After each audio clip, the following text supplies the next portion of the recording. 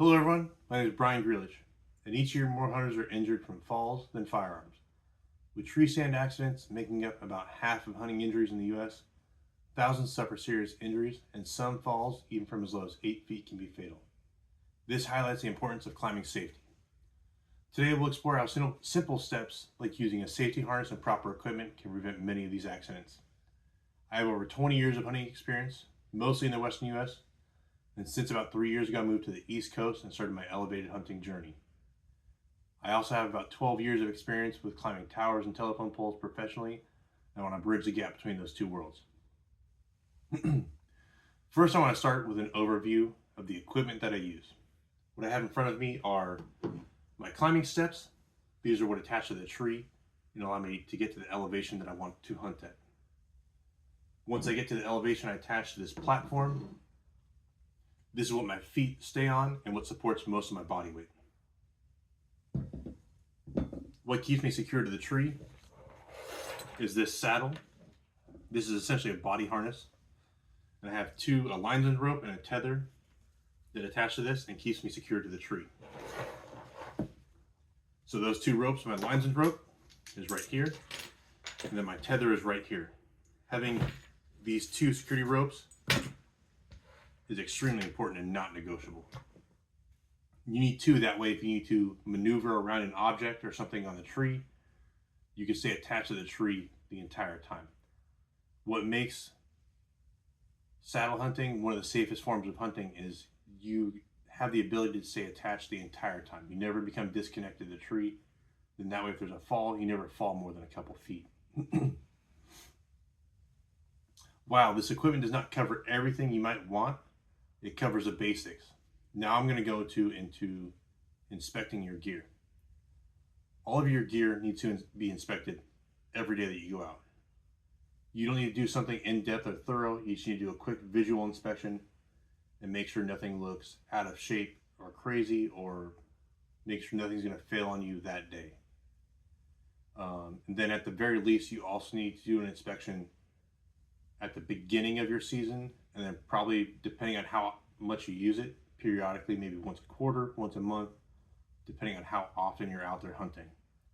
You want to check for things like frays on your ropes, making sure your ropes aren't coming apart and they're not going to break on you. You also want to check them for mold. As they get wet, they can mold, so you want them to dry out if it rains on you.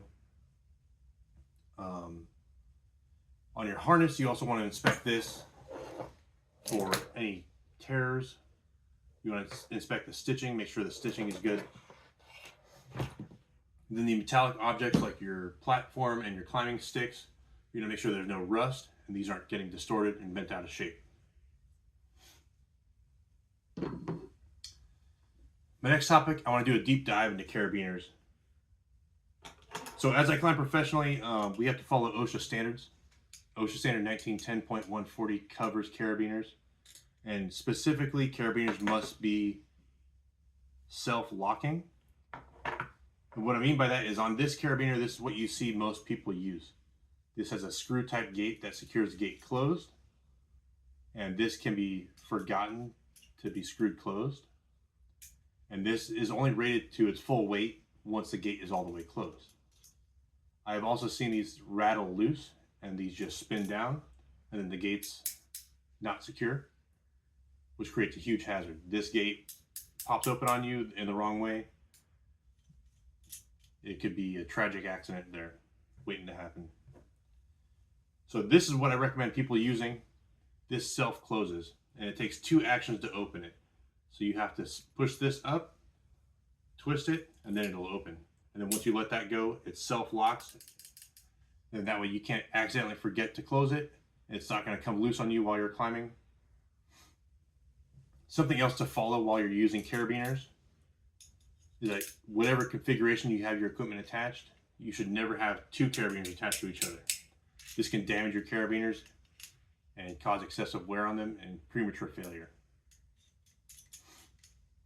You also never want to have your equipment where there's going to be weight loaded against the actual gate of the carabiner. They should always be loaded end to end.